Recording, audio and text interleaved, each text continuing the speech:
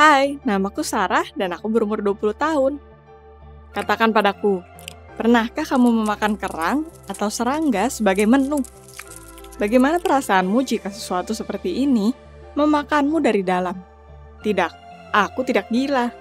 Hanya saja pengejaranku akan ketenaran dan uang mengantarku untuk melakukan sesuatu yang gegabah yang bisa mengorbankan hidupku. Di umur 18 tahun, saudariku dan aku pindah ke New York untuk berkuliah. Kita tinggal di sebuah kota kecil di Pennsylvania.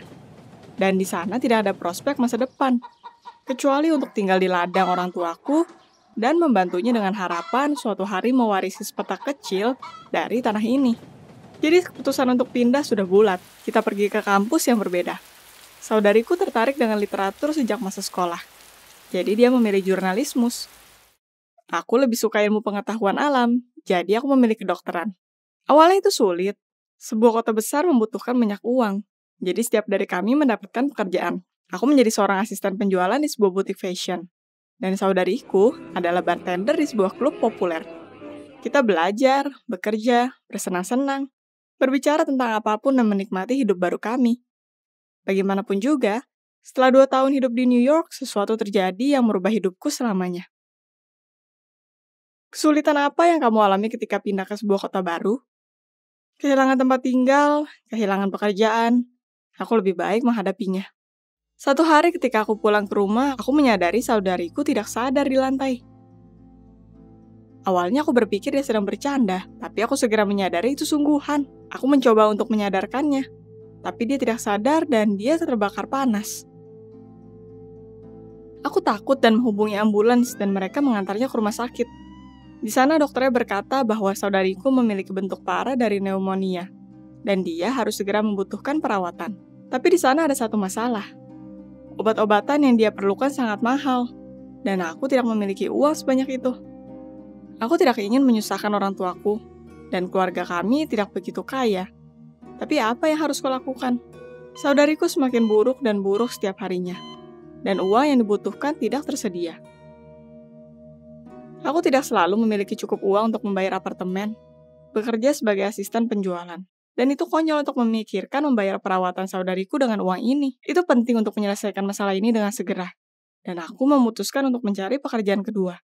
Dan jika diperlukan, bahkan ketiga. Tapi di mana aku bisa menemukan pekerjaan untuk menghasilkan cukup uang dengan cepat? Dan lalu, sementara mencari pekerjaan baru di internet, aku melihat lowongan sebagai seorang model. Mereka membayar banyak dan aku hanya harus melewati kontesnya. Itu terdengar meragukan dan mencurigakan. Seperti tipikal iklan sejenis, penghasilan cepat dari $1.000 per hari. Tapi aku tidak memiliki banyak pilihan. Dan apa yang rela kamu lakukan untuk menyelamatkan seseorang yang dekat denganmu? Aku siap untuk apapun.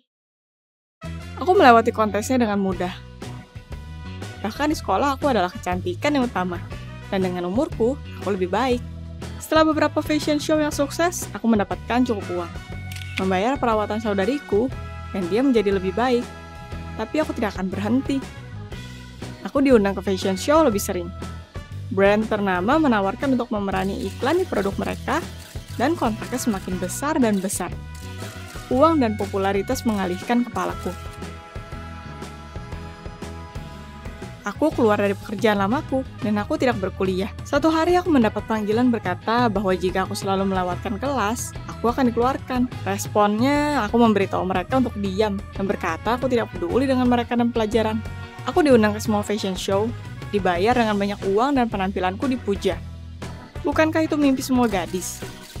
Aku datang ke sebuah kota besar untuk melawannya, dan aku berhasil. Itu apa yang kupikir saat itu. Tapi kebahagiaanku tidak berlangsung lama. Satu hari ketika aku pergi ke acara lain, aku melihat seorang model yang aku tidak kenal, mengenakan kostumku.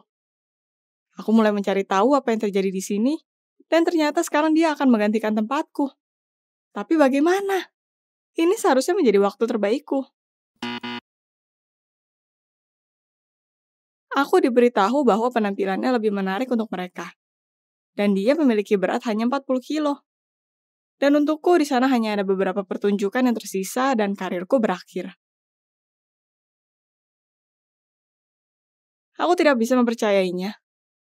Uangku, ketenaranku, popularitasku, Semua ini diambil dariku oleh seorang pemula entah dari mana, dan mengambil tempatku. Di awal karirku, seorang model familiar memberitahuku tentang seorang teman yang menjual pil dengan larva dari kecoa spesial untuk menurunkan berat badan. Di saat itu aku hanya tertawa. Tapi sekarang, aku tidak melihat jalan keluar apapun. Aku memutuskan bahwa aku akan membayar harga apapun, memberikan apapun untuk mendapat pekerjaan impianku kembali. Apa kamu melakukan hal bodoh apapun di situasi sulit? Apa kamu berpikir kamu ada di situasi yang tak ada harapan? Aku merasa jijik karena aku membenci serangga. Aku bergetar, menangis, dan tidak bisa memberi keputusan untuk waktu yang sangat lama. Walaupun aku tertawa akan ide bahwa di sana adalah larva di dalam pil, sekarang aku yakin itu yang sebenarnya. Mengumpulkan keberanianku dan menahan keinginan untuk muntah, aku menelan awalnya 1 tablet, lalu 2, dan lalu 6 buah. Berpikir bahwa jika mengambil jumlah banyak, lalu efeknya akan lebih cepat muncul. Dan ternyata 2 minggu kemudian, aku kehilangan 8 kilo.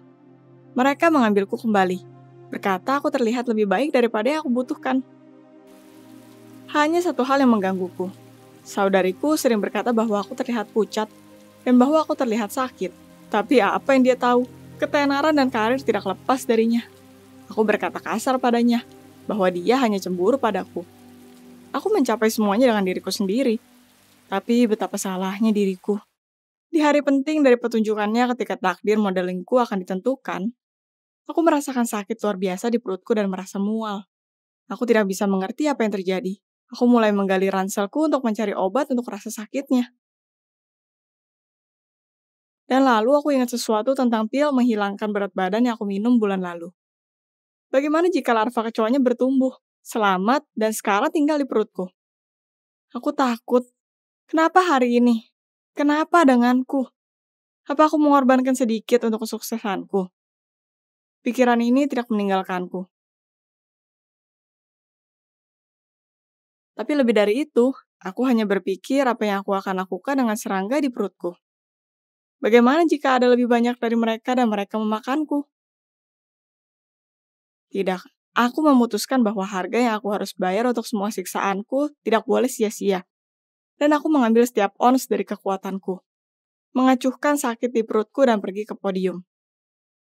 Di tengah perjalanan sakit di perutku hilang dan ketika aku senang dengan itu, kepalaku mulai berputar. Semuanya menjadi kabur di mataku. Dan aku hilang kesadaran. Aku terbangun di rumah sakit. Aku tidak mengerti apa yang terjadi. Tapi sakit di perutku bahkan lebih buruk dari yang kualami sebelumnya. Dokternya berdiri di sebelahku.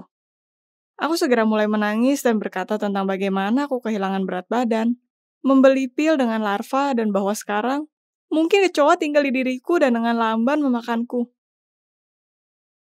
Dokter melihat pil ini, tertawa, dan menjelaskan semuanya padaku. Ternyata di sana tidak ada larva. Mereka hanya imajinasi. Dan perutku sakit karena aku belum makan apapun selama sebulan. Dan menjalani diet ketat. Tubuhku kelelahan. Tapi tidak ada yang memakanku dari dalam. Dan secara umum, di sana tidak ada kecoa yang memakan lemak. Dan bahkan jika mereka benar ada, mereka tidak akan selamat di perut manusia. Aku malu. Aku terjebak dalam hal yang tidak masuk akal. Kehilangan akal sehatku karena rasa egoisku. Beberapa jam kemudian, saudariku datang menjengukku. Ketika dia melihatku, dia mulai menangis dan memohonku untuk berhenti modeling dan berhenti membunuh diriku sendiri. Di saat itu aku ingat bagaimana khawatirnya diriku tentang saudariku ketika dia ada di rumah sakit. Dan bahwa aku hanya menjadi model untuk menyelamatkannya, bukan demi karirku. Apa kamu pantas mengorbankan dirimu dan orang tercintamu untuk jenis karir itu? Seminggu kemudian, aku merasa lebih baik. Aku berhenti modeling, kembali berkuliah, dan mendapat pekerjaan sebagai perawat rumah sakit. Hubunganku dengan saudariku berkembang, dan kita mulai menghargai satu sama lain lebih dari sebelumnya. Dan walaupun aku membuat sebuah kesalahan yang membuat resiko untuk hubungan kami, sekarang kita baik-baik saja dan bahagia. Aku berharap kamu tidak membuat kesalahan seperti ini dan jaga kesehatanmu. Like video ini dan beritahu temanmu tentangnya. Channel kami karena ada banyak cerita menarik yang menunggumu di sini. Bye!